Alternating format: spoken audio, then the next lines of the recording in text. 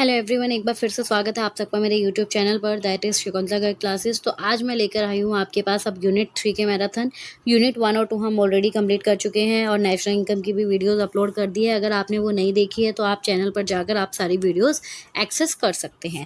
तो अब हम करने वाले हैं हमारी थर्ड यूनिट, जिसके अंदर मार्केट्स और प्राइस डिटर्मिनेशन आते हैं। तो उसको हम डिटेल में करेंगे, तो चैनल पर बने रहिएगा, वीडियो को एंड तक जरूर देखिएगा और वीडियो कैसी लगी मुझे कमेंट सेक्शन में जरूर बताइएगा। तो चलिए स्टार्ट करते हैं अपनी इस वीडियो को। तो perfect competition market and price determination under perfect competition market. तो चलिए देखिए ये होता क्या है। तो सबसे पहले हम परफेक्ट कंपटीशन मार्केट की बात करते हैं। तो देखिए परफेक्ट कंपटीशन मार्केट कौन सी मार्केट होती है। ये एक ऐसी मार्केट होती है जिसके अंदर large number of buyer and seller जो है वो आपको मिलेंगे किसी भी गुड्स के। और large number of buyer and seller का मतलब क्या है, कोई भी प्रोडक्ट है जिसको खरीदने वाले भी बहुत है और उसको बेचने वाले भी बहुत है। जैसे कि मान लीजिए आप जो है मार्केट में निकले, आप मार्केट में पोटैटो खरीदने के लिए निकले, ठीक है। आपने वहाँ शॉपकीपर से पूछा कि 10 किलो पोटैटो अगर आपको खरीदने हैं तो उसका क्या प्राइस होगा, ठीक है। तो हर एक शॉपकीपर के पास आप गए और आपने सेम क्वेश्चन उनसे पूछा कि 10 किलो पोटैटो का प्राइस क्या होगा। तो आप देखेंगे कि ऑलमोस्ट हर जगह आपको जो है सेम ही प्राइस मिलेगा, जो कि 50 रुपीज़ अगर है। तो यहाँ पर आप क्या देख रहे हैं कि सेलर बहुत सारे हैं और उसे खरीदने वाले भी बहुत सारे हैं और प्रोडक्ट भी सेम है और साथ ही साथ जो प्राइस आपको मिल रहा है वो भी सेम है। तो it means perfect competition market एक ऐसी मार्केट होती है जहाँ पर large number of buyer and seller आपको देखने को मिलेंगे और जिस प्रोडक्ट में डील करते हो वो आपका होमोजीनियस प्रोडक्ट होगा, सेम प्रोडक्ट होगा। कि ऐसा नहीं कि उसका कोई क्लोज सब्सटीट्यूट आपको मिलेगा। पोटैटो चाहिए तो मतलब पोटैटो ही, उसका कोई और सब्सटीट्यूट नहीं है, ठीक है। और यहाँ पर फर्म जो है वो इजीली एंटर और एग्जिट कर सकती है। इसका मतलब अगर मुझे दिख रहा है कि अरे इस मार्केट में तो बहुत ही फ़ायदा है, ये आलू बेचने में तो बहुत फ़ायदा है या मोमोज बेचने में तो बहुत फ़ायदा है, तो मैं क्या करूँगी, मेरा मन किया कि ठीक है मैं भी अपना एक जो है शॉप ओपन कर लेती हूँ जहाँ पे मैं मोमोज बनाऊंगी और बेचूंगी। तो ये क्या हुआ, फ्रीली मैंने एंट्री किया और जब मुझे लगेगा कि नहीं अब यहाँ पर उतना प्रॉफिट नहीं हो रहा है तो मैं वहाँ से एग्जिट ले सकती हूँ। तो इसके अंदर कोई भी जो पर्सन है वो फ्री एंटर और एग्जिट कर सकता है। तो देखिए इस मार्केट की आपकी कुछ एक कैरेक्टरिस्टिक्स होती है, वो क्या होती है। तो सबसे पहले यहाँ पर आते हैं large number of buyer and seller of goods, कि यहाँ पर बायर और सेलर आपको लार्ज अमाउंट में मिलेंगे, बहुत सारे खरीदने वाले होंगे और बहुत सारे ही बेचने वाले होंगे, ठीक है। देन होमोजीनियस गुड्स होगी, कि जो भी गुड्स यहाँ पर सेल की जाएगी वो गुड्स सेम टू सेम होगी, क्वालिटी सेम, साइज सेम, वो प्राइस सेम, सब कुछ आइडेंटिकल होगी दूसरी से, ठीक है। Then free entry and exit of firms यहाँ पर फ्री होती है एंटर या एग्जिट करने के लिए इंडस्ट्री के अंदर बिना किसी रिस्ट्रिक्शन या बैरियर के, कोई भी इसमें कॉस्ट इन्वॉल्व नहीं होती है। Next, buyer and seller have perfect knowledge about the condition in the market. यहाँ पर ये माना जाता है कि परफेक्ट कंपटीशन मार्केट में जो खरीदार होगा और जो बेचने वाला होगा दोनों को मार्केट के बारे में परफेक्ट नॉलेज होगी। बायर को पता है कि किस प्राइस में कहाँ पर प्रोडक्ट जो है मिल रहा है और हर जगह इसका क्या प्राइस चलेगा, और सेलर को पता है कि जो ये मैं प्राइस बेच रहा हूँ इसका दूसरे जो कॉम्पिटिटर है वो क्या प्राइस इसका चार्ज कर रहे हैं। तो बेसिकली दोनों को जो है परफेक्ट नॉलेज होती है मार्केट के बारे में। इसके बाद में नेक्स्ट क्या आता है, factor of production are perfectly mobile. जो फैक्टर ऑफ प्रोडक्शन, जो प्रोडक्शन करने के लिए फैक्टर्स यहाँ पर यूज किए जाएंगे, कौन कौन से फैक्टर होते हैं, लैंड, लेबर एंड कैपिटल। ये आपके एक प्लेस से दूसरी प्लेस पर आप क्या कर सकते हो, मोबाइल कर सकते हो, मूव कर सकते हो और एक ऑक्यूपेशन से दूसरे ऑक्यूपेशन पर भी इसको लगा सकते हो। तो यहाँ पर भी कोई रेस्ट्रिक्शन आपको नहीं देखने को मिलेगी।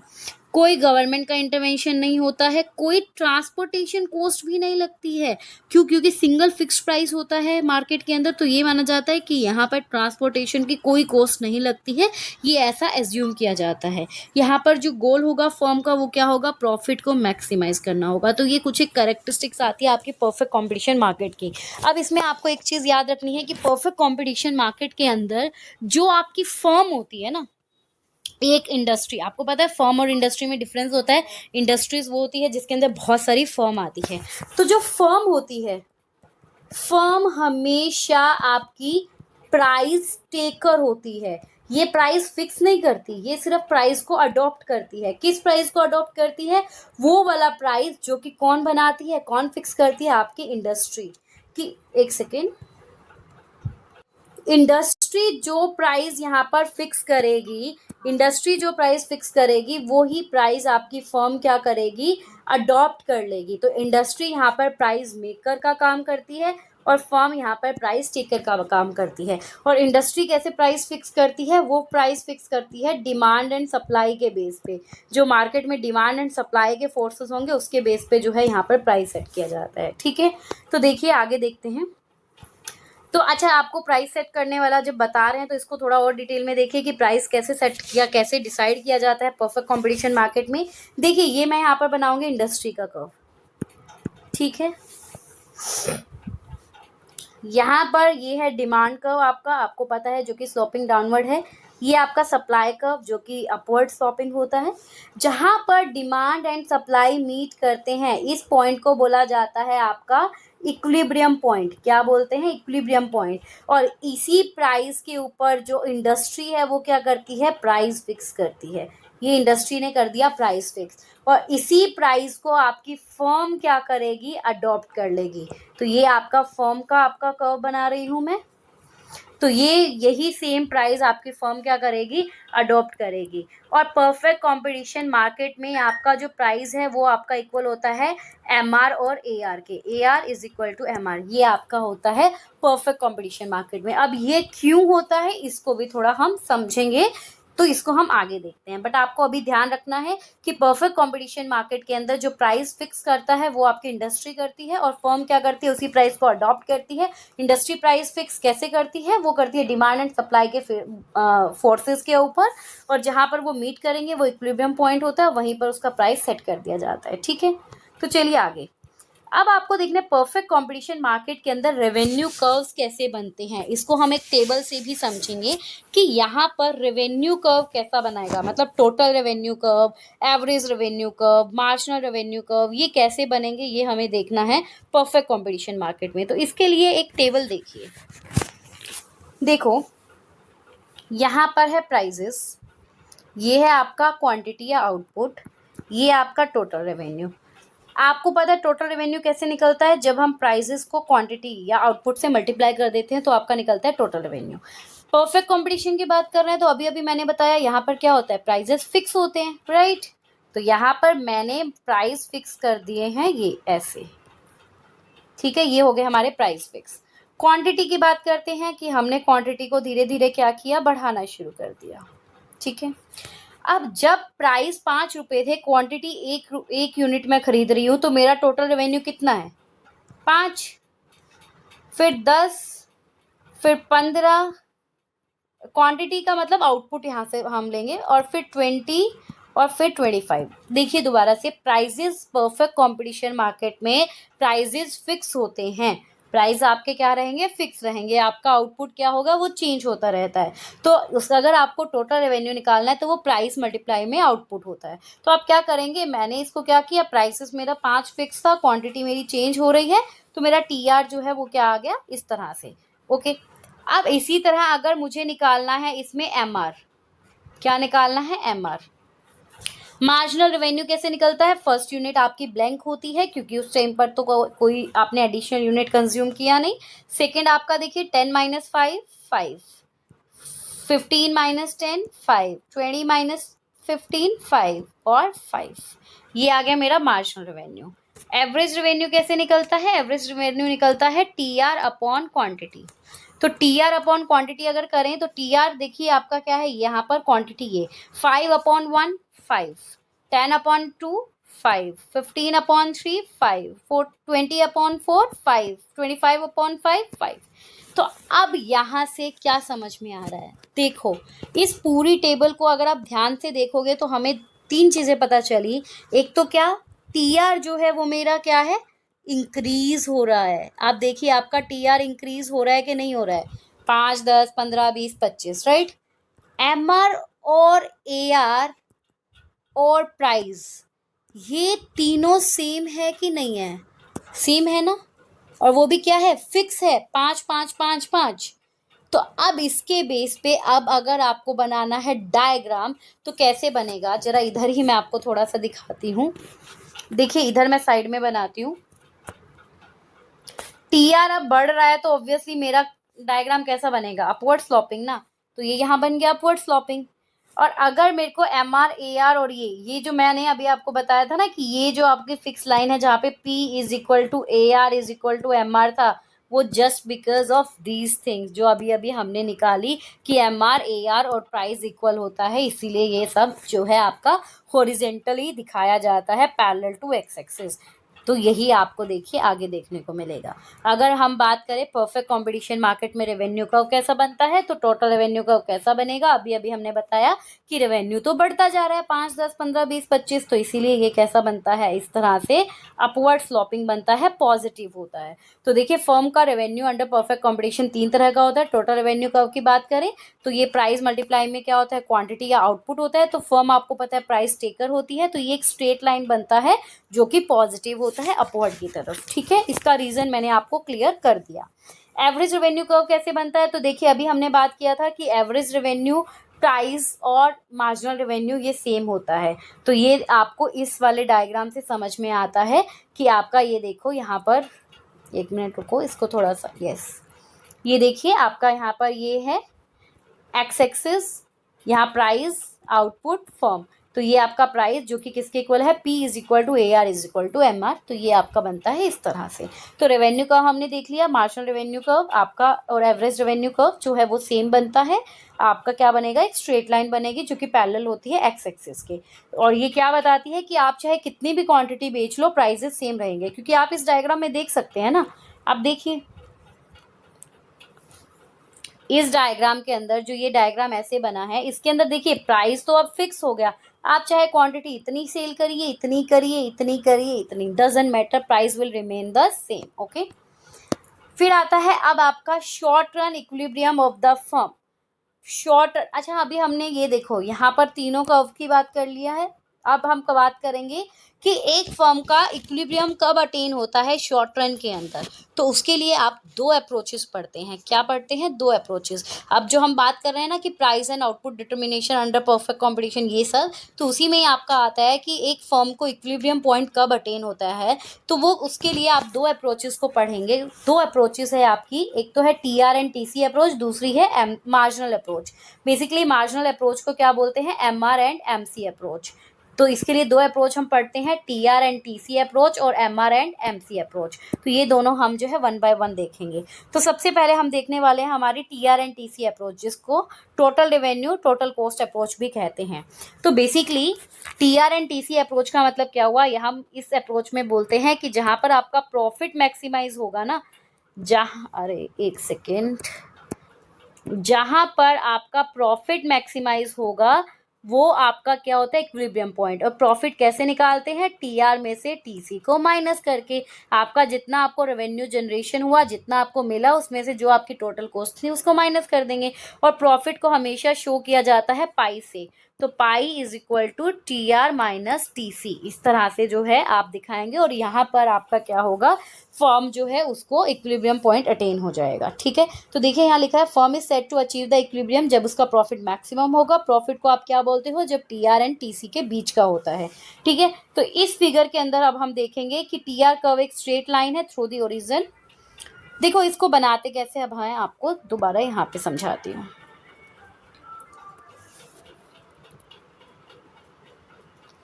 अभी आपने देखा कि टीआर कैसे बनता है, एक पॉजिटिवली स्ट्रेट लाइन, राइट, ये बन गई हमारा टीआर।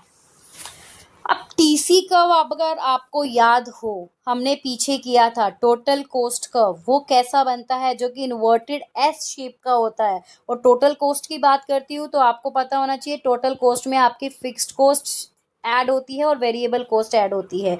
तो फिक्स्ड कॉस्ट हमेशा आपकी कुछ ना कुछ लगती है, इसीलिए मैंने कहा था वो हमेशा आपकी वाई एक्सिस से शुरू होगी। तो वो आपकी इन्वर्टेड एस शेप बनती है। तो समहाउ आपका जो टोटल कॉस्ट कर्व है वो बनेगा इस तरह से।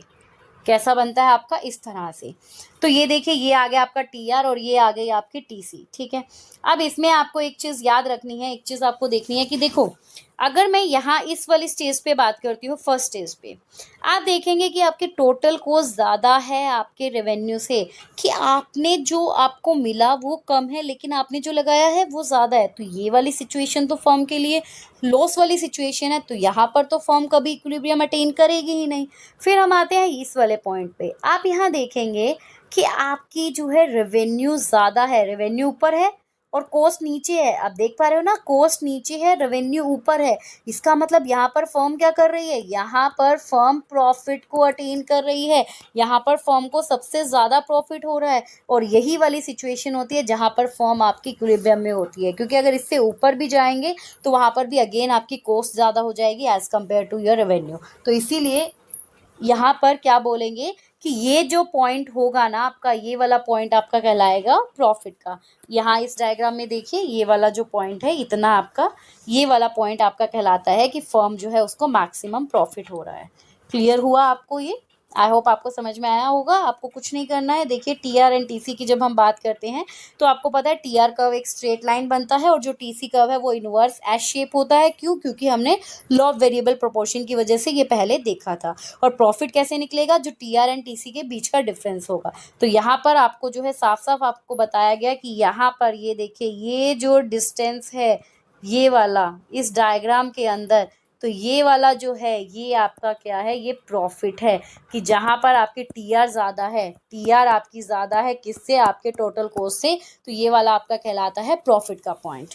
ठीक है, तो इसी को हम बोलते हैं टीआर टीसी अप्रोच। किसको क्या हम बोलेंगे? TR TC approach. ठीक है, उसके बाद में आता है एमआर एमसी अप्रोच। तो एमआर एमसी अप्रोच के लिए दो कंडीशन होती है, तो वो आप यहाँ पर लिख लीजिए। दो कंडीशन कौन सी? एक तो क्या है आपकी एमसी इक्वल टू एमआर, आपकी मार्जिनल कॉस्ट मार्जिनल रेवेन्यू के इक्वल होनी चाहिए। और second MC cuts MR from its below, कि आपकी जो मार्जिनल कॉस्ट है वो एमआर को कट करेगी उसके बिलो पॉइंट से। जिस टाइम पे आपका एमआर बिल्कुल मिनिमम होगा उस टाइम पे आपकी एमसी कर्व क्या करेगी? आपके एमआर को कट करेगी उसके बिलो से। ठीक है, ये दो कंडीशन होती है। अगर ये दो कंडीशन पूरी हो जाती है तो हम क्या बोलते हैं कि फर्म को जो है इक्विलिब्रियम पॉइंट अटेन हो रहा है अंडर एमआर एमसी अप्रोच। ठीक है, तो अब इनको देखते हैं कि इसको डायग्रामेटिकली कैसे दिखाएंगे। तो इसको डायग्रामेटिकली दिखाने के लिए देखिए, ये है आपका, इसको मैं यहाँ बनाती हूँ।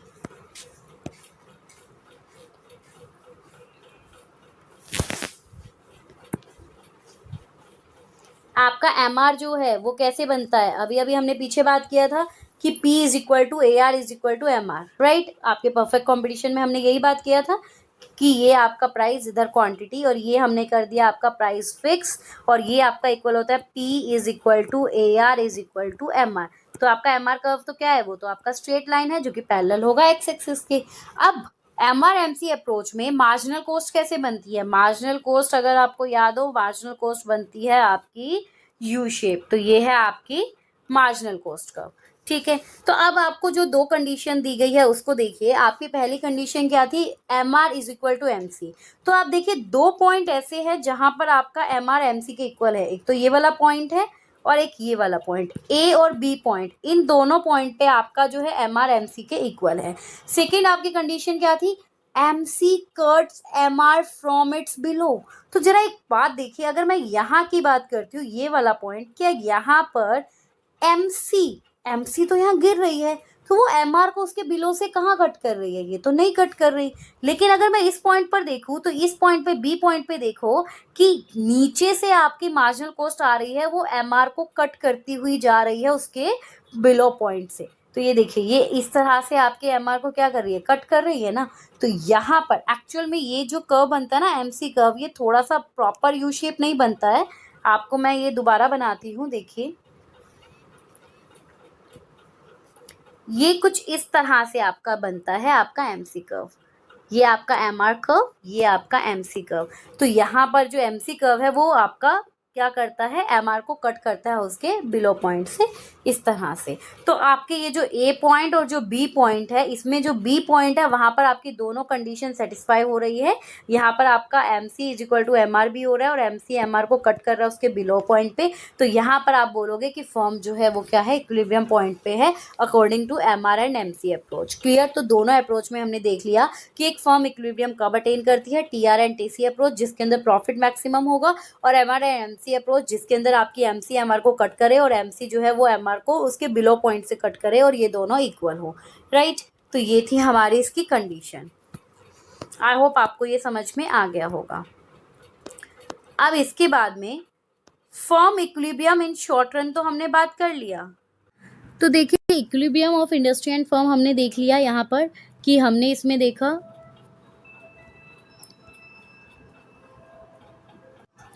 ये दोनों कर लिए हमने, आउटपुट डिटर्मिनेशन ऑफ फर्म जिसमें एमआर एंड एमसी अप्रोच हमने देख लिया, और साथ ही साथ हमने यहाँ पर ये टीआर एंड टीसी अप्रोच भी देख लिया था। ठीक है, अब उसके बाद में आपका आता है डिटर्मिनेशन ऑफ प्रॉफिट और लॉस ऑफ अ फर्म, कि एक जो फर्म है उसको प्रॉफिट एंड लॉस होता है। देखो शॉर्ट रन और लॉन्ग रन की अगर मैं बात करती हूँ तो शॉर्ट रन और लॉन्ग रन में ही दोनों ही सिचुएशन में फर्म जो है वो क्या करती है, प्रॉफिट और लॉस तो ऑन करती है ना, या तो प्रॉफिट होता है या लॉस होता है। तो अब ये बात आती है कि शॉर्ट रन में एक फर्म को कौन कौन से प्रॉफिट हो सकते हैं और लॉन्ग रन के अंदर एक फर्म को कौन कौन से प्रॉफिट हो सकते हैं। तो आपको यहाँ याद रखना है कि शॉर्ट रन के अंदर एक firm super normal profit earn कर सकती है, नॉर्मल प्रॉफिट भी अर्न कर सकती है, और साथ साथ मिनिमम लॉस की सिचुएशन भी वो बियर करती है। जबकि अगर मैं लॉन्ग रन में बात करूं, लॉन्ग रन के अंदर परफेक्ट कंपटीशन के अंदर आपकी जो फर्म है वो हमेशा क्या करती है, नॉर्मल प्रॉफिट ही अर्न करती है। क्या करती है, नॉर्मल प्रॉफिट अर्न करती है। तो इसको हम डायग्रामेटिकली कैसे बताएंगे तो वो देखते हैं। लेकिन यहाँ पर एक चीज़ इसके लिए आपको देखनी है कि नॉर्मल प्रॉफिट, अब जो मैंने बोला super normal profit, minimum loss, normal profit, इनका मतलब क्या है। सबसे पहले सुपर नॉर्मल प्रॉफिट का मतलब क्या हुआ, देखो आपको प्रॉफिट बहुत ज़्यादा हो रहे हैं, इसका मतलब क्या हुआ, आपकी एवरेज कॉस्ट कम है और आपकी एवरेज रेवेन्यू बहुत ज़्यादा है। इसका मतलब आपकी रेवेन्यू, आपको जो मिल रहा है वो बहुत ज़्यादा मिल रहा है एज़ कम्पेयर टू जो आप लगा रहे हो, वो आपका सुपर नॉर्मल प्रॉफिट हुआ। और अगर आप जितना लगा रहे हो और आपको जो मिल रहा है वो इक्वल है तो उसको आप बोलोगे नॉर्मल प्रॉफिट। और अगर आप जो लगा रहे हो, इसका मतलब आपकी एवरेज कॉस्ट ज़्यादा है आपकी अगर एवरेज रेवेन्यू से, तो वो आपका कहलाता है minimum loss. Clear.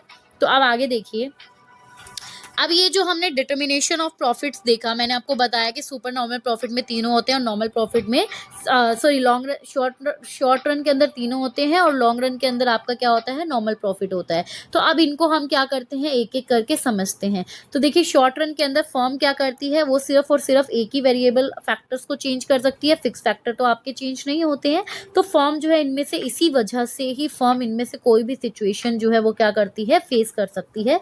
Normal profit, super normal profit या लॉस, कोई भी सिचुएशन उसे फेस करनी पड़ सकती है। तो शॉर्ट रन में आप देखेंगे कि एक फर्म जो है क्या करेगी, सबसे पहले अर्न करती है सुपर नॉर्मल प्रॉफिट। अब बात आती है कि मैडम ये बनाना कैसे है, तो इसको जरा ध्यान से देखिएगा कि किस तरह से सुपर नॉर्मल प्रॉफिट का डायग्राम बनता है। मैं बनाऊंगी और आप साथ साथ जो है उसको समझेंगे तो आपके लिए ईजी रहेगा। यहाँ बना देते हैं।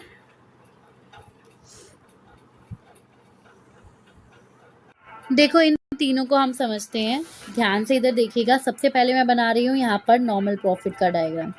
परफेक्ट कंपटीशन मार्केट है, तो परफेक्ट कंपटीशन मार्केट में आपको पता है सबसे पहली बात कि यहाँ पे जो प्राइजेस है वो ऐसे इस तरह से फिक्स होते हैं, जहाँ पर आपका AR कर्व कैसा बनेगा, इस तरह से AR is equal to MR is equal to price, right. Okay, अब आपको मैंने क्या बोला, नॉर्मल प्रॉफिट एक इंसान कब अर्न करेगा, जब उसको जो मिला, मतलब जो एवरेज रेवेन्यू है वो इक्वल है किससे, आपकी एवरेज कॉस्ट के। तो आप क्या बोलोगे कि फर्म को नॉर्मल प्रॉफिट अर्न हो रहा है तो आपका एवरेज रेवेन्यू तो यहाँ है। एवरेज कॉस्ट यहाँ पर कैसे बनता है, एवरेज कॉस्ट का ऑब्वियसली आपका होता है यू शेप, तो ये बनेगा इस तरह से। तो जहाँ पर आपका एवरेज कॉस्ट कर्व और आपका जो ये एवरेज रेवेन्यू है ये मीट कर रहा है, तो ये जो पॉइंट है ये आपका कहलाता है कि एक फर्म जो है उसको कैसा प्रॉफिट अर्न कर रही है, वो अर्न कर रही है नॉर्मल प्रॉफिट। क्योंकि आप देखोगे ये प्राइस और ये क्वांटिटी, और यही प्राइस जो फिक्स हुआ था इसी प्राइस पे फर्म बेच रही है और इतनी ही क्वांटिटी को कर रही है। तो इसका मतलब यहाँ पर आपकी फर्म जो है वो क्या कर रही है, सुपर नॉर्मल प्रॉफिट अर्न कर रही है, क्योंकि इस पॉइंट पे आपका AC इक्वल है आपके AR के। ठीक है, अब अगर वही सिचुएशन आपकी हो रही है किसकी, सुपर नॉर्मल प्रॉफिट की, तो सुपर नॉर्मल प्रॉफिट के अंदर हमने क्या बात की थी कि आपका जो एवरेज रेवेन्यू है वो क्या है, ज़्यादा है आपकी एवरेज कॉस्ट से। तो उसके लिए अब ये डायग्राम कैसे बनेगा, ज़रा ध्यान से देखते हुए चलिएगा। बहुत इजी है, जैसे मैं बता रही हूँ अगर वैसे करोगे तो आपको प्रॉब्लम नहीं आएगी। तो देखिए सबसे पहले वही सेम आपका क्या बनाएंगे, आपका एवरेज तो देखिए यहाँ पर ये आपका यहाँ पर क्वांटिटी, प्राइस और सेम आपका जो है ये आपका आ गया AR। अब सुपर नॉर्मल प्रॉफिट की बात कर रहे हैं तो सुपर नॉर्मल प्रॉफिट के अंदर क्या होता है कि आपका एवरेज रेवेन्यू ज़्यादा होता है और आपकी एवरेज कॉस्ट क्या होती है, कम होती है। तो देखो एवरेज रेवेन्यू कर्व तो मैंने बना दिया। अब क्या, अब मुझे चाहिए कि एवरेज कॉस्ट कर्व जो है वो मुझे दिखाना है। आप अब ध्यान से देखिए, हम दिखा रहे हैं सुपर नॉर्मल प्रॉफिट और एवरेज रेवेन्यू ज़्यादा है, इसका मतलब एवरेज कॉस्ट कर्व क्या होगी, रेवेन्यू से नीचे जाएगी। इट मीन्स आपका जो अब एवरेज कॉस्ट कर्व बनेगा वो इस तरह से बनेगा। क्या बनेगा, वो आपका ये एवरेज कॉस्ट कर्व जो है ये आपका क्या बनेगा, अब नीचे की तरफ बनेगा, रेवेन्यू से आपको नीचे लेकर जाना है। अब आपको मार्जिनल कॉस्ट कर्व याद है, मार्जिनल कॉस्ट कर्व की क्या प्रॉपर्टी होती है कि वो एवरेज कॉस्ट कर्व को क्या करता है, उसके बिल्कुल मिड बॉटम से उसको क्या करता है, कट करता हुआ ऊपर जाता है। और मार्जिनल कॉस्ट हमेशा एवरेज कॉस्ट के कंपेयर में बहुत ज़्यादा गिरता है और बहुत ज़्यादा बढ़ता है, इस तरह से, राइट। तो अब यहाँ से मेरा मार्जिनल कॉस्ट कर्व जो है वो कैसे बनेगा, वो जाएगा इस तरह से। ये मार्जिनल कॉस्ट कर्व ने एवरेज कॉस्ट कर्व को बिल्कुल उसके मिड पॉइंट से क्या कर दिया, कट कर दिया। तो अब आपको क्या करना है, नेक्स्ट स्टेप आपका क्या रहेगा, अब आपका नेक्स्ट स्टेप रहेगा कि आपको क्या बताना है, हमें तो सुपर नॉर्मल प्रॉफिट बताना है कि जिसके अंदर आपका एवरेज रेवेन्यू जो है वो एवरेज कॉस्ट से ज्यादा है। तो देखो पहले प्राइजेस सेट हुए थे ये वाले प्राइजेस जो है इसके ऊपर आप जो है अपना क्या कर रहे हो, अभी बेच रहे हो माल, ठीक है। इस प्राइजेस पे आप जो है इतनी क्वांटिटी जो है वो क्या कर रहे हो, सेल कर रहे हो, राइट। जबकि एवरेज कॉस्ट की अगर मैंने देखा, एवरेज कॉस्ट को जहां मार्जिनल कॉस्ट कट करती है तो उसके बेस पे इतनी ही क्वांटिटी आपकी क्या है, इस प्राइस पे जानी चाहिए थी, P1 पे।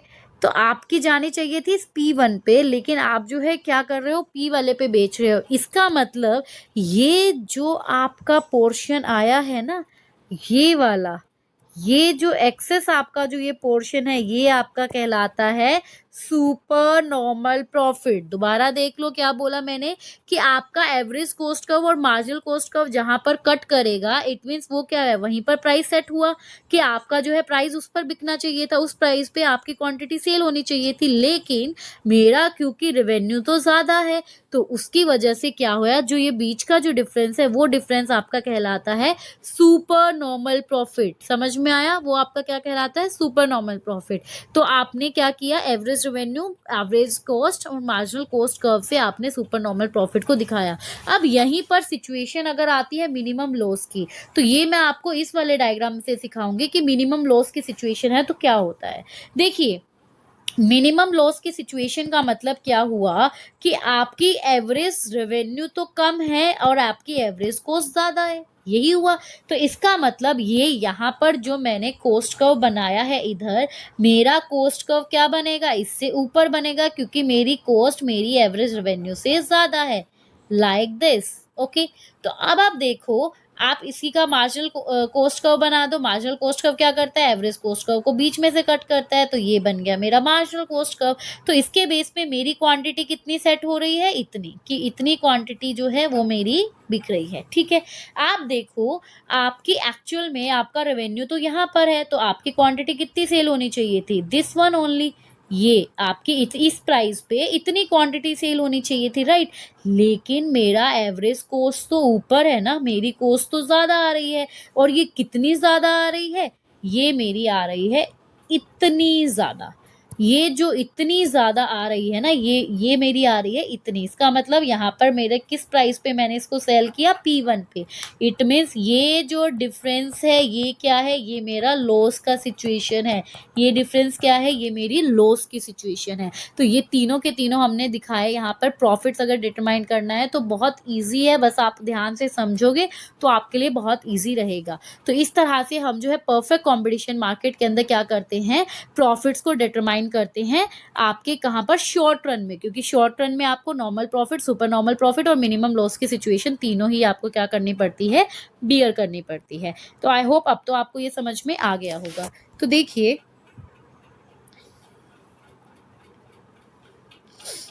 अभी लॉन्ग रन नहीं, शॉर्ट रन, शॉर्ट रन के अंदर अभी हमने देखिए सुपर नॉर्मल प्रॉफिट बनाया है। सुपर नॉर्मल प्रॉफिट आप देखेंगे बिल्कुल एज इट इज आपको समझ में आएगा यहाँ पर कि ऐसे ही हमने जो है बनाया है। आप देखेंगे AR MR आपको दिया हुआ है, ये आपका शॉर्ट रन एवरेज कॉस्ट का, ये शॉर्ट रन मार्जिनल कॉस्ट का। और ये हमने क्या किया, यहाँ पर ही आपका प्राइस सेट हुआ ये आपका जो पोर्शन है आपका सुपर नॉर्मल प्रॉफिट का पोर्शन बनेगा। ठीक है, इसमें आपको डायग्राम समझ में नहीं आता, इसीलिए मैंने आपको जो है अपने तरफ से अपना डायग्राम जो है बनाकर दिखाया ताकि आपको चीज़ें ज़्यादा क्लियर रहे। ओके, अब उसके बाद में यही देखिए नॉर्मल प्रॉफिट एंड लॉस की सिचुएशन में, ये आपका नॉर्मल प्रॉफिट की सिचुएशन में है जहाँ पर AR MR आप देख रहे हो और आपकी AC जो है वो आपके इक्वल है AR और MR के, तो इसका मतलब ये नॉर्मल प्रॉफिट की सिचुएशन। और ये वाला आपका डायग्राम जो फर्म C है वो आपको मिनिमम लॉस की सिचुएशन दिखा रहा है, जिसके अंदर आप देखोगे एवरेज कॉस्ट का आपकी ऊपर की तरफ बन रही है क्योंकि हमें लॉस को दिखाना है। क्लियर। और वहीं अगर अभी लॉन्ग रन की बात करें, ये हमने शॉर्ट रन में बात किया कि शॉर्ट रन में फर्म को तीनों तरह की सिचुएशन फेस करनी पड़ती है। तो अगर लेकिन लॉन्ग रन में बात करेंगे तो लॉन्ग रन में आप देखोगे कि फर्म सिर्फ और सिर्फ नॉर्मल प्रॉफिट अर्न करती है परफेक्ट कंपटीशन मार्केट के अंदर। तो वो आपका कर्व कैसा बनेगा, इस तरह से बनेगा। इस तरह से बनने का मतलब क्या हुआ कि आप देखेंगे कि आपकी जो AR है और आपकी जो AC है वो इक्वल है। इक्वल का मतलब ये इस तरह से जो है आपकी इसको कट करेगी यहाँ से, और ये आपका बन गया नॉर्मल प्रॉफिट का सिचुएशन का कर्व। क्लियर।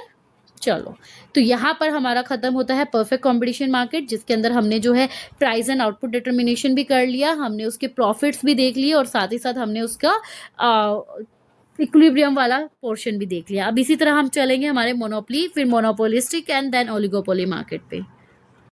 अब हमारे पास आती है मोनोपोली मार्केट। तो मोनोपोली मार्केट देखिए कौन सी मार्केट होती है। तो मोनोपोली एक ऐसी फॉर्म होती है मार्केट की जहां पर सिंगल सेलर होता है प्रोडक्ट का, मतलब एक ही सेलर आपको देखने को मिलेगा और जो प्रोडक्ट यहाँ पर होगा वो प्रोडक्ट यूनिक होगा जिसका कोई क्लोज सब्सटीट्यूट नहीं होगा।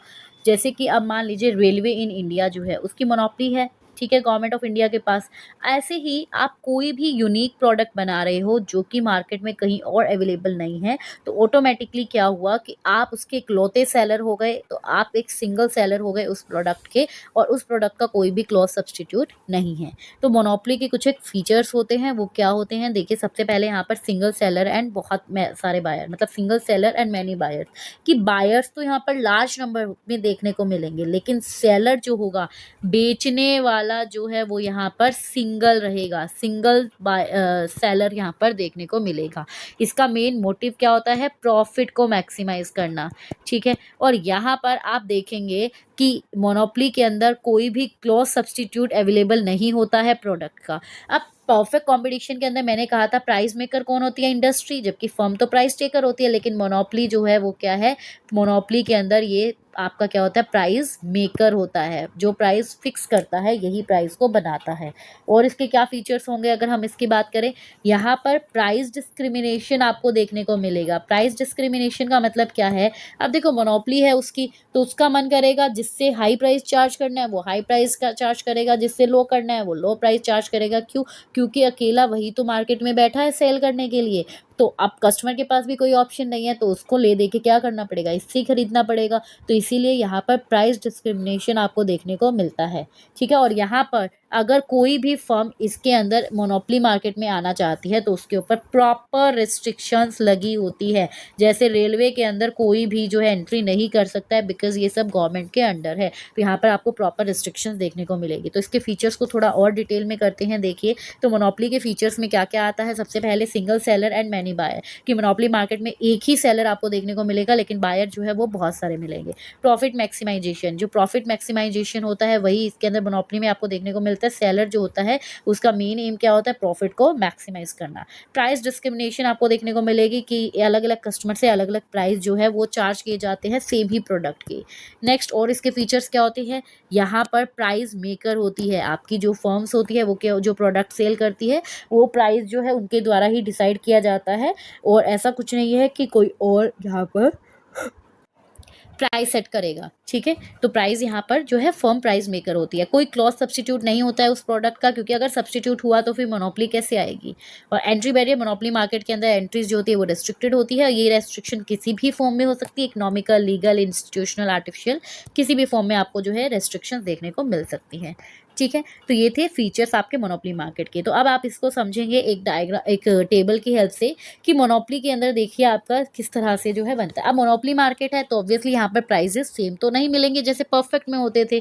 तो आप मोनोपोली में देखिए प्राइजेस आपके पहले 6, 5, 4, 3, 2, 1, क्वांटिटी आपकी 0, 1, 2, 3, 4, 5 की प्राइजेस जैसे जैसे कम हो रहे हैं आपकी क्वांटिटी जो है बढ़ रही है। तो टोटल रेवेन्यू निकाल लेंगे, मैंने आपको बताया था टोटल रेवेन्यू निकलता है प्राइस मल्टीप्लाई क्वांटिटी करके। तो 6 को 0 से किया 0, 5, 8, 9, 8, 5। तो आप देख पा रहे हो रेवेन्यू पहले बढ़ रहा है, ठीक है, लेकिन उसके बाद में फिर दोबारा क्या हो गया, उसके बाद में मार्जिनल रेवेन्यू देखिए आपका क्या है, 5, 3, 1 गिर रहा है, फिर उसके बाद में नेगेटिव हो गया और एवरेज रेवेन्यू जो है वो भी गिर रहा है, लेकिन ये पॉजिटिव रहेगा। कहने का मतलब मोनोपोली के अंदर क्या है, आपके प्राइसेस जो है वो कम होते चले जाएंगे तो आपकी क्वांटिटी बढ़ती चली जाएगी, लेकिन टीआर जो है आपका पहले बढ़ेगा, फिर आपका क्या होगा, कम होना शुरू हो जाएगा। लेकिन मार्जिनल रेवेन्यू आपकी क्या है, गिरती चली जाएगी और नेगेटिव में चली जाएगी और एवरेज रेवेन्यू आपकी डिक्रीजिंग में रहेगी। तो आप देखिए यहाँ पर आपका क्या है, मोनोपोली के अंदर जो लीडर है मार्केट शेयर्स का, give monopoly players the power. यहाँ पर मोनोपोली जो प्लेयर है उनको पावर दी जाती है कि वो खुद ही प्राइजेस जो है उनको सेट या डिटरमाइन कर सकते हैं। कॉम्पिटिटर यहाँ पर होता ही नहीं है क्योंकि मोनोपोली है और सब्सटीट्यूट भी नहीं है, तो यही एक मेजर फैक्टर होता है जो कि उनकी प्राइस सेट करने में हेल्प करता है। और जो प्राइस है वो modulation is determined on the basis of demand and supply factor. कहीं ना कहीं ये जो प्राइजेस है ये आपके डिमांड एंड सप्लाई फैक्टर को ध्यान में रखकर ही क्या किए जाते हैं, फ्रेम किए जाते हैं। अब आते हैं इसके डायग्राम्स जो अब हम करना शुरू करेंगे। डायग्राम्स मतलब प्राइस एंड आउटपुट कैसे डिटरमाइन किया जाएगा मोनोपोली मार्केट के अंदर, तो वो आपको बताना है। तो देखिए प्राइस एंड आउटपुट डिटरमाइन करने के लिए वही चीज़, सबसे पहले शॉर्ट रन और लॉन्ग रन की बात करेंगे। तो शॉर्ट रन के अंदर अगर हम मोनोपोली में बात करते हैं तो एक फर्म क्या करती है, वही same normal profit, super normal profit और मिनिमम लॉस, तीनों सिचुएशन जो है वो देखती है। वहीं लॉन्ग रन की अगर हम बात करें तो लॉन्ग रन के अंदर मोनोपोली मार्केट इकलौती ऐसी मार्केट है जहां पर फर्म जो है वो आपका सुपर नॉर्मल प्रॉफिट अर्न करती है, उसके अलावा बाकी सभी फर्म्स जो है वो नॉर्मल प्रॉफिट अर्न करेगी। क्लियर, इतना समझ में आया। चलो अब देखते हैं कि किस तरह से अलग अलग आपके जो प्रॉफिट है उसके अंदर, मतलब अलग अलग सिचुएशन में किस तरह से प्राइस एंड आउटपुट को डिटरमाइन किया जाता है। तो चलिए इसको डायग्राम से समझते हैं। अब यहाँ पर सबसे पहले आपको इसके रेवेन्यू कर्व जो है वो समझने पड़ेंगे। तो वो समझिए, जैसे परफेक्ट के अंदर आपका जो रेवेन्यू कर्व था वो क्या था, आपका एक हॉरिजेंटल एक्स एक्सिस के पैरेलल एक लाइन बनी थी, राइट। तो यहाँ पर आपका जो रेवेन्यू कर्व होता है, अभी हमने टेबल में देखा था कि सब गिर रहे थे, ठीक है। तो आपका जो यहाँ पर कर्व बनेगा वो कैसा बनेगा, लाइक दिस। तो देखिए एवरेज रेवेन्यू जो थी वो आपकी वो भी गिर रही थी, लेकिन एवरेज रेवेन्यू जो है वो हमेशा क्या रहती है, पॉजिटिव रहती है, जबकि मार्जिनल रेवेन्यू जो है वो आपकी गिरती गिरती क्या हो गई थी, नेगेटिव चली जाएगी थी। तो ये आपका AR और MR यहाँ पर कर्व बनता है आपका किसमें, मोनोपोली मार्केट के अंदर। अब इसी मार्केट के अंदर हमने कर्व तो बना दिया, अब इसको समझ भी लेते हैं एक इस तरह से। तो अब यहाँ पर देखिए हमें 3 बनाने हैं, normal profit, super normal profit और मिनिमम लॉस। नॉर्मल प्रॉफिट का मतलब क्या हुआ कि जब आपका एवरेज रेवेन्यू इक्वल है आपकी एवरेज कॉस्ट के। सुपर नॉर्मल प्रॉफिट का मतलब क्या हुआ, आपकी एवरेज रेवेन्यू ज़्यादा है आपकी एवरेज कॉस्ट से। और मिनिमम लॉस का मतलब क्या हुआ कि जब आपकी एवरेज रेवेन्यू कम है और आपकी एवरेज कॉस्ट ज़्यादा है, ठीक है। ये 3 सिचुएशन हमारे पास है। तो पहली सिचुएशन में जहाँ पर AR is equal to AC है, तो अब देखिए AR कहाँ है, आपका AR आपको दिख रहा है, आपका कर्व कहाँ बना हुआ है, यहाँ पर। और AC जो है वो आपका बन गया यहाँ पर। ये हो गया आपका एवरेज कॉस्ट कर्व। और आपको पता है मार्जिनल कॉस्ट हमेशा एवरेज कॉस्ट को क्या करती है, उसके मिड से कट करती है। तो ये आपकी मार्जिनल कॉस्ट ने कर दिया एवरेज कॉस्ट को उसके मिड पॉइंट से कट।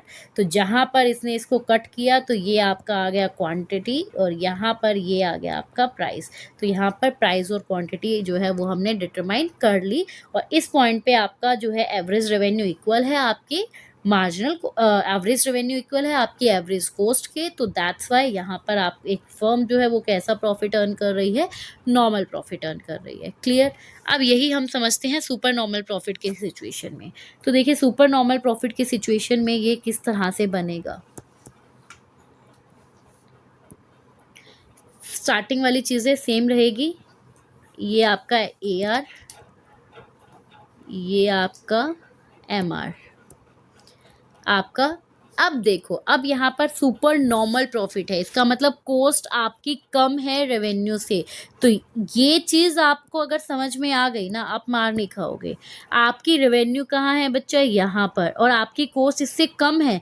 तो इसका मतलब कहीं ना कहीं आपकी जो कॉस्ट है वो इस तरह से इसके नीचे आपको बनानी है, लाइक दिस। और जहाँ पर भी आपकी एवरेज कॉस्ट कर्व बन रही है उसके मिड पॉइंट से आपका मार्जिनल कॉस्ट कर्व क्या करेगा, उसको आपस में कट करता हुआ निकलेगा ही निकलेगा। तो अब देखो ज़रा, स्टार्टिंग में अब मेरी जो ये थी आपकी एवरेज रेवेन्यू यहाँ पर थी, ठीक है। तो एवरेज रेवेन्यू यहाँ थी और मेरी एवरेज कॉस्ट जो है वो इसको इस तरह से करती हुई निकली और मार्जिनल कॉस्ट यहाँ। तो जहाँ पर इसने इसको टच किया तो देखा जाए तो मेरा क्वांटिटी और मेरा प्राइस ये वाला सेट होना चाहिए था कि नहीं, कि जहाँ पर आपकी मार्जिनल कॉस्ट एवरेज रेवेन्यू इसको कट करती हुई जा रही है तो वहाँ पर मेरा प्राइस क्या होना चाहिए था, सेट होना चाहिए था। लेकिन एक्चुअल में ये कहाँ पर कट हो रही है, ये हो रही है यहाँ पर। इसको मैं थोड़ा बड़ा बड़ा दोबारा से बना रही हूँ, इसलिए एक बार दोबारा से देखो इसको। AR, MR, अब हम ये सुपर नॉर्मल प्रॉफिट का बना रहे हैं, तो इसका मतलब हमारी एवरेज रेवेन्यू ज़्यादा है हमारी एवरेज कॉस्ट के। तो यहाँ पर ये इस तरह से ये आपका बन गया आपका एवरेज कॉस्ट कर्व, ये आपका मार्जिनल कॉस्ट कर्व, ठीक है। अब एवरेज कॉस्ट कर्व जो है वो बेसिकली आपका जो है यहाँ पर मीट कर रहा है इसको, ठीक है, यहाँ पर। तो इस बेस पे अगर हम बात करें कि आपका जो है प्राइस और क्वांटिटी होना चाहिए था ये, ठीक है, बट एक्चुअल में आप जो चार्ज कर रहे हो वो आप चार्ज कर रहे हो दिस वन, इसको बढ़ा दिया ना मैंने इसको, ये आप चार्ज कर रहे हो दिस वन, ये P1, इतनी ही क्वांटिटी। इसका मतलब ये जो एक्स्ट्रा आप जो पार्ट ये कर आपको मिल रहा है, ये क्या मिल रहा है, ये आपको मिल रहा है सुपर नॉर्मल प्रॉफिट। क्या मिल रहा है, ये सुपर नॉर्मल प्रॉफिट। तो देखो कुछ भी हमने नया नहीं किया है, आपको बस यही चीज़ आपको मैं बार बार समझा रही हूँ, कुछ भी नया नहीं किया है। यहाँ देखिए, आप इसको देखिए, आपको समझ में आएगा। देखिए हम क्या कर रहे हैं, हम आपने एवरेज रेवेन्यू बनाया, आपने मार्जिनल रेवेन्यू बनाया, आपने उसके बाद में क्या किया, आपने अपनी एवरेज कॉस्ट कर्व बनाई, ठीक है। तो आप यहाँ पर देख रहे हैं ये आपका इधर मार्जिनल कॉस्ट है और ये आपका इधर एवरेज कॉस्ट है। ये तो इनका तो आपको खैर समझ ही नहीं आएगा इस तरह से। देखिए इनके डायग्राम में आपको नहीं समझ में आ रहा है, अच्छे से नहीं समझ में आएगा भी नहीं, तो इसीलिए जो मैंने समझाया है बस आप उसको अच्छे से करिए, आपको जो है चीज़ें बहुत क्लियर हो जाएगी, बहुत अच्छे से समझ में आ जाएगी। आपको कुछ भी नहीं करना है, एक बार और देख लीजिए, ये आपका एवरेज रेवेन्यू, मार्जिनल रेवेन्यू, ठीक है। आपका जो एवरेज कॉस्ट कर्व है आपका वो नीचे की तरफ बनेगा, यहाँ से मार्जिनल कॉस्ट उसको कट कर रहा है, तो जहाँ पर ये कट कर रहा है एक्चुअल में प्राइस और क्वांटिटी ये होनी चाहिए, लेकिन हम जो है ये वाला प्राइस जो है हमें मिल रहा है, तो इसका मतलब ये जो एक्स्ट्रा है that will be your super normal profit. अब सिमिलरली अगर नॉर्मल प्रॉफिट की सिचुएशन है तो उसमें आप क्या करोगे, तो नॉर्मल प्रॉफिट की सिचुएशन में आप देखेंगे इस तरह से ये आपका AR है, ये आपका MR है, आपका जो एवरेज कॉस्ट है वो बन रहा है यहाँ पर इसके ऊपर इस तरह से, ठीक है। आपका एवरेज कॉस्ट कर्व बन गया यहाँ पर, मार्जिनल कॉस्ट कर्व इसको यहाँ से ऐसे कट कर रहा है, तो ये जो पॉइंट जहाँ पर ये मीट कर रहे हैं ये आपका क्वांटिटी और प्राइस, तो यहाँ पर आपका जो है इक्वल है, तो ये फर्म को हो रही है नॉर्मल प्रॉफिट की सिचुएशन। वहीं अगर मिनिमम लॉस की सिचुएशन आएगी तो अब क्या करेंगे, तो अब उसके लिए आप क्या करोगे, देखिए x axis, y axis, zero. तो अब मिनिमम लॉस की सिचुएशन है, तो ये मेरा आ गया AR, ये आ गया मेरा MR और AR, ठीक है। अब मिनिमम लॉस का मतलब क्या है, मेरी कॉस्ट ज़्यादा है लेकिन मेरा एवरेज रेवेन्यू कम है, इसका मतलब मेरी कॉस्ट जो है वो यहाँ पर, ये मेरी एवरेज कॉस्ट है, ठीक है। अब मेरी एवरेज कॉस्ट ये है और मेरी मार्जिनल कॉस्ट ये आ गई इसको कट करती हुई, तो एक्चुअल में देखा जाए तो अब quantity this one, price this one, लेकिन चार्ज कितना हो रहा है, सॉरी, क्वांटिटी दिस वन और प्राइस दिस वन, ठीक है। इसके अकॉर्डिंग, लेकिन प्राइस चार्ज कितना हो रहा है आपका, प्राइस चार्ज हो रहा है ये वाला। तो ये जो पोर्शन है this will be your minimum loss portion. ये कौन सा हो गया आपका, मिनिमम लॉस का पोर्शन हो गया, क्योंकि रेवेन्यू तो मेरा यहाँ पर है ना, तो जहाँ पे रेवेन्यू कट कर रहा है वहाँ पे आपको इसको मीट करना है। तो ये वाला पोर्शन मेरा मिनिमम लॉस का पोर्शन हो गया। तो आपको देखना है ना कि कॉस्ट यहाँ है, रेवेन्यू यहाँ है, तो ये जो बीच का गैप है ये क्या होगा, ये आपका मिनिमम लॉस का पोर्शन होगा। वहीं अगर मान लीजिए इसी का उल्टा आपका जो ये कॉस्ट नीचे चला जाता तो फिर इसके बीच का जो पोर्शन था वो क्या हो जाता, वो आपका सुपर नॉर्मल प्रॉफिट हो गया। तो बस आपको यही चीज़ें समझनी है, और ये समझ लिया तो आपका जो है बहुत इजी हो जाएगा आपके लिए ही। तो ये देखिए यहाँ पर यही सारी चीज़ें हैं कि नॉर्मल प्रॉफिट के अंदर आपका जो है इसके ऊपर आएगा, जबकि लॉस के अंदर आप देख रहे हैं उसको वो नीचे की तरफ जा रहा है आपका। तो ये था हमारा मोनोपोली का। उसके बाद में आती है हमारी मोनोपोलिस्टिक मार्केट। मोनोपोलिस्टिक मार्केट कौन सी मार्केट होती है, एक फॉर्म ऑफ मार्केट जहाँ पर बहुत सारे सेलर होते हैं और बहुत सारे बायर होते हैं, ठीक है। लेकिन जो प्रोडक्ट यहाँ पर डील किया जाता है वो कहीं ना कहीं किसी ना किसी वे में एक दूसरे से अलग होता है। तो स्पेसिफिकली मोनोपोलिस्टिक मार्केट की बात करते हैं तो यहाँ पर प्रोडक्ट डिफरेंशिएशन आपको देखने को मिलता है कि प्रोडक्ट जो है वो दूसरे प्रोडक्ट से क्या होगा, अलग होगा। इसीलिए यहाँ पर बहुत सारे सेलर जो है अलग अलग शेडेड प्रोडक्ट सेल करते हैं, जैसे कॉलगेट, क्लोजअप, पेप्सोडेंट, टूथपेस्ट। तो ये क्या हुए, ये सेम के लेकिन अलग अलग क्या है, प्रोडक्ट्स में कुछ ना कुछ डिफरेंशिएशन है। तो इसकी कैरेक्टरिस्टिक्स क्या होती है, बहुत सारे लार्ज नंबर ऑफ फर्म्स होती है यहाँ पर। प्रोडक्ट डिफरेंशिएशन आपको देखने को मिलेगा, firm free entry and exit कर सकती है। प्रोडक्ट लेकिन वेरिएशन मिलेगा, उसकी पैकेजिंग अलग हो सकती है, प्रोडक्ट की कंपोजिशन अलग हो सकती है, प्रोडक्ट का प्राइस अलग हो सकता है, प्रोडक्ट का साइज अलग हो सकता है। यहाँ पर प्राइस पे कुछ हद तक कंट्रोल किया जा सकता है, और यहाँ पर एडवर्टाइजमेंट और अदर सेलिंग कॉस्ट पे बहुत ज़्यादा खर्चा लगता है। तो इसके फीचर्स आप देख सकते हैं। मोनोपोलिस्टिक कंपटीशन की अगर हम बात करते हैं तो ये एग्जिस्ट करेगा जहाँ पर कंपनीज जो है वो कॉम्पिटिंग प्रोडक्ट ऑफर करती है और सर्विस ऑफर करती है जो कि सिमिलर होती है, लेकिन एक दूसरे की परफेक्ट सब्सटीट्यूट तो नहीं होती है। तो मोनोपोलिस्टिक कॉम्पिटिशन जो है वो मोनोपोली, परफेक्ट कॉम्पिटिशन इनके बीच में आता है, और ये इसके अंदर दोनों के कुछ ना कुछ एलिमेंट्स जो है होते हैं, ठीक है। जैसे आप देख सकते हो पेप्सिको जो है वो क्या क्या प्रोडक्ट ऑफर कर रही है, वहीं कोका कोला क्या क्या प्रोडक्ट ऑफर कर रही है। तो समहाउ ये क्या है, कुछ ना कुछ किसी ना किसी वे में एक दूसरे से डिफरेंट है, लेकिन ये सब्स्टिट्यूट है, लेकिन परफेक्ट सब्स्टिट्यूट नहीं है, ठीक है। अब इसके बाद में फीचर आप देख सकते हैं मोनोपोलिस्टिक कंपटीशन के फीचर्स क्या होते हैं। Large number of buyer and seller आपको देखने को मिलेगा, खरीदने वाले भी बहुत सारे हैं, बेचने वाले भी बहुत सारे हैं। प्रोडक्ट जो है वो कहीं ना कहीं डिफरेंशिएटेड होता है, मतलब जहाँ पे प्रोडक्ट एक दूसरे से अलग होगा किसी ना किसी टर्म में। फ्रीडम होती है एंट्री एंड एग्जिट के ऊपर फर्म्स के।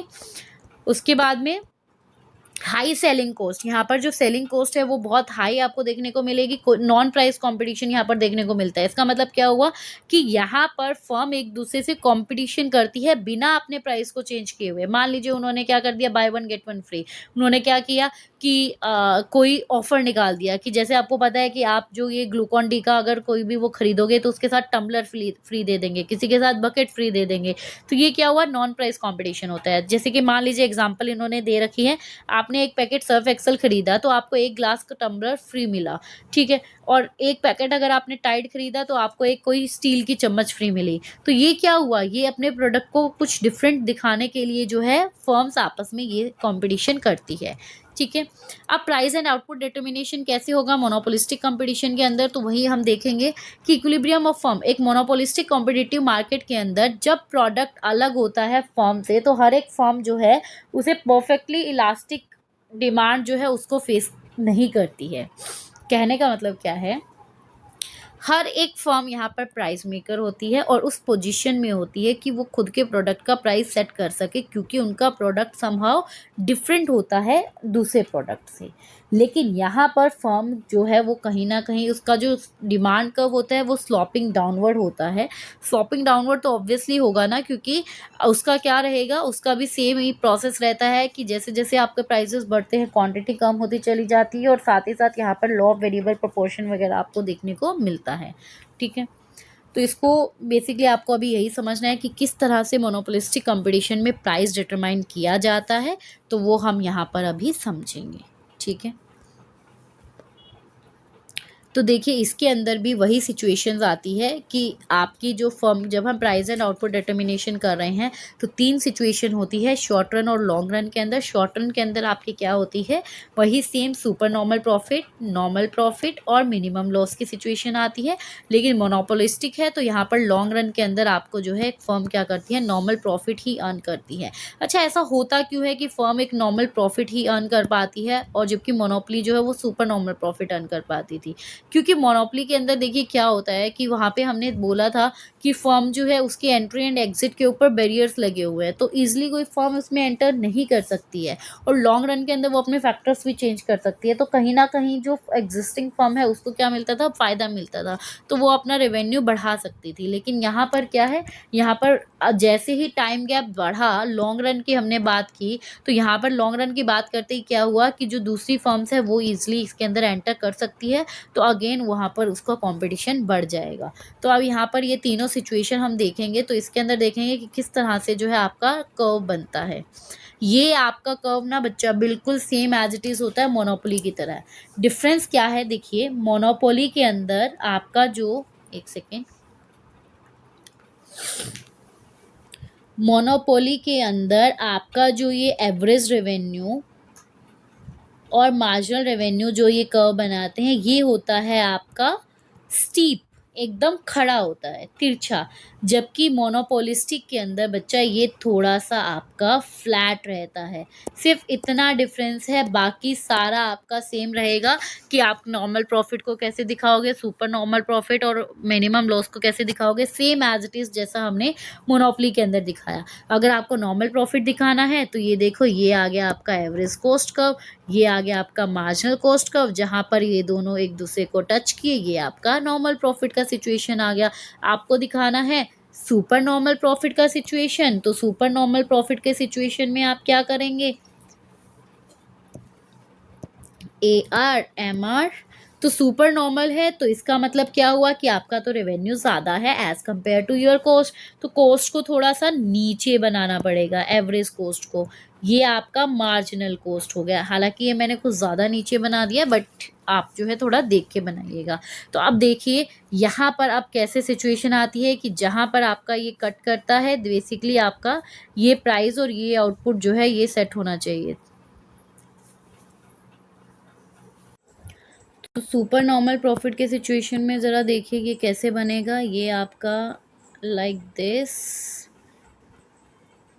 AR, MR, ये आ गया आपका एवरेज कॉस्ट, ये आ गया आपका मार्जिनल कॉस्ट, ठीक है। तो अब यहाँ पर देखिए ये वाला जो प्राइस है, ये आपका मार्जिनल कॉस्ट और मार्जिनल रेवेन्यू, जहाँ ये आपका जो है ये आपका होना चाहिए क्वांटिटी और प्राइस, ठीक है। जबकि एक्चुअल में आपका जो है ये कितना, ये जा रहा है आपका ये वाला प्राइस।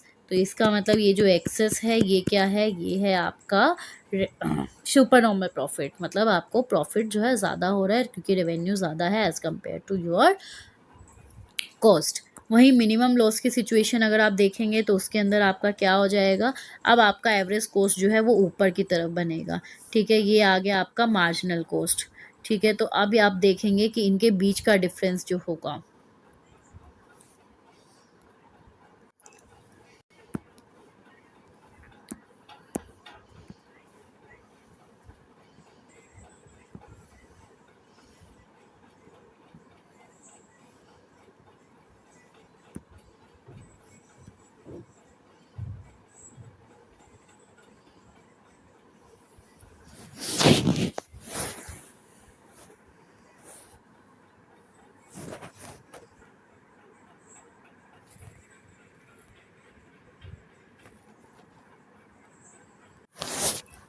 बेसिकली इस तरह से, ये थोड़ा सा अगर आप ओपन स्पेस में बनाओगे ना तो वो ज़्यादा सही बनेगा, और अगर आप अपनी नोटबुक पे बनाएंगे तो ज़्यादा अच्छा बनेगा, क्योंकि यहाँ पेन से बनाने में थोड़ा सा ना प्रॉब्लम हो रहा है।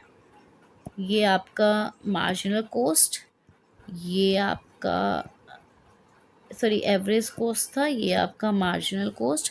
तो अब यहाँ पर देखिए आपका जो आउटपुट है, आउटपुट और प्राइस जो डिटरमाइन हुआ वो यहाँ से आपका जो है ये यहाँ से शुरू हुआ, एक्चुअल में ये हुआ है इतना, ये प्राइस और ये क्वांटिटी, लेकिन आपकी कॉस्ट तो इतनी आ रही है। इसका मतलब ये जो एक्स्ट्रा है ये क्या है, आपका मिनिमम लॉस का क्राइटेरिया है। क्लियर? तो ये हमने कर लिया है आपका मोनोपोलिस्टिक मार्केट के अंदर तीनों के तीनों सिचुएशन जहाँ पे प्राइस एंड आउटपुट को डिटरमाइन किया जाएगा। फिर आती है आपकी ओलिगोपोली मार्केट। तो ओलिगोपोली मार्केट एक ऐसी मार्केट होती है जहाँ पे कुछ बिग सेलर होते हैं, मतलब कुछ एक बिग सेलर होते हैं, 5 to 6 सेलर्स आर देयर, और बायर्स लेकिन बहुत सारे होते हैं। फ्यू सेलर होने की वजह से मार्केट के अंदर जो प्राइस एंड आउटपुट जो डिसीजन लिया जाता है एक सेलर का, उसका इम्पैक्ट पड़ेगा दूसरे की सेलर के ऊपर, क्योंकि ऑब्वियस सी बात है फ्यू ही सेलर है, 5 से 6 सेलर है, एक ने अगर मान लीजिए क्या कर दिया, प्राइस कम कर दिया, ऑटोमेटिकली बाकी के जो 4 सेलर होंगे उनके ऊपर उसका इम्पैक्ट पड़ेगा, क्योंकि सारा कस्टमर सारा बायर क्या करेगा, अब जिसने कम किया उससे खरीदना शुरू कर देगा। ठीक है, और इसी सिचुएशन से बचने के लिए ये लोग क्या करते हैं, कार्टेल बना लेते हैं, ग्रुप बना लेते हैं, ताकि ऐसी सिचुएशन ना आए। यहाँ पर जैसे फॉर एग्जांपल की बात करें, जैसे कि कुछ ही ऑटो रिक्शा प्रोड्यूसर है मार्केट के अंदर, जैसे टाटा, महिंद्रा, ये ही कुछ एक आपके ब्रांड्स है जो कि क्या करते हैं, ऑटो रिक्शा बनाते हैं। ठीक है, तो अब अगर एक ने प्राइस का में कुछ चेंज किया तो बाकियों का ऊपर इम्पैक्ट पूरा का पूरा पड़ेगा। तो अब ओलिगोपोली जो मार्केट है उसके क्या फीचर्स होते हैं जरा देखिए। इसका सबसे पहला फीचर आता है फ्यू फर्म्स, की लार्ज नंबर ऑफ बायर होते हैं लेकिन जो सेलर होते हैं वो कुछ एक ही होते हैं। Large number of buyers are there. Entry barriers, यहाँ पर वेरियस बैरियर्स होते हैं फर्म के एंट्री होने पे, और ये बैरियर ऑलमोस्ट सिमिलर होते हैं जो कि मोनोपोली के अंदर होते हैं। तो न्यू फर्म की एंट्री यहाँ पर थोड़ी डिफिकल्ट रहती है। हाई डिग्री ऑफ इंटरडिपेंडेंस होती है। हाई डिग्री ऑफ इंटरडिपेंडेंस होती है फर्म के बीच में। प्राइस एंड आउटपुट पॉलिसी जो है एक फर्म की, वो इम्पैक्ट करेगी प्राइस एंड आउटपुट पॉलिसी दूसरी फर्म की। ठीक है, उसके बाद में not possible to determine final firm demand curve. यहाँ पे फर्म का जो डिमांड कर्व है वो डिटरमाइन करना ओलिगोपोली के अंदर पॉसिबल नहीं होता है, क्योंकि यहाँ पर पॉसिबल नहीं है प्राइस में कितना चेंज होगा। और एक फर्म जो अब अपना प्राइस कम करेगी तो डिमांड जो है उसके प्रोडक्ट की वो ऑटोमेटिकली बढ़ जाएगी। ऑब्वियस सी बात है ना, अगर प्राइस कम करेगी तो उसके प्रोडक्ट की डिमांड बढ़ जाएगी, क्योंकि जो राइवल फर्म है वो भी अपना प्राइस कम कर सकती है। एक ने प्राइस कम किया, दूसरी अपना प्राइस कम कर सकती है। एक ने प्राइस बढ़ाया तो ऑब्वियसली दूसरी पे भी इम्पैक्ट पड़ेगा। तो इसीलिए यहाँ पर फर्म का डिमांड कर्व डिटरमाइन करना थोड़ा सा मुश्किल रहता है। यहाँ पर कार्टर्स की फॉर्मेशन हो जाती है। मैंने आपको बताया ना कि ताकि कंपटीशन को दूर किया कर सके, अवॉइड कर सके, फर्म क्या कर लेती है, ग्रुप बना लेती है, कार्टेल बना लेती है, मिलके डिसाइड कर लेती है कि हम इसी प्राइस पे बेचेंगे, कोई भी ऊपर नीचे नहीं करेगा।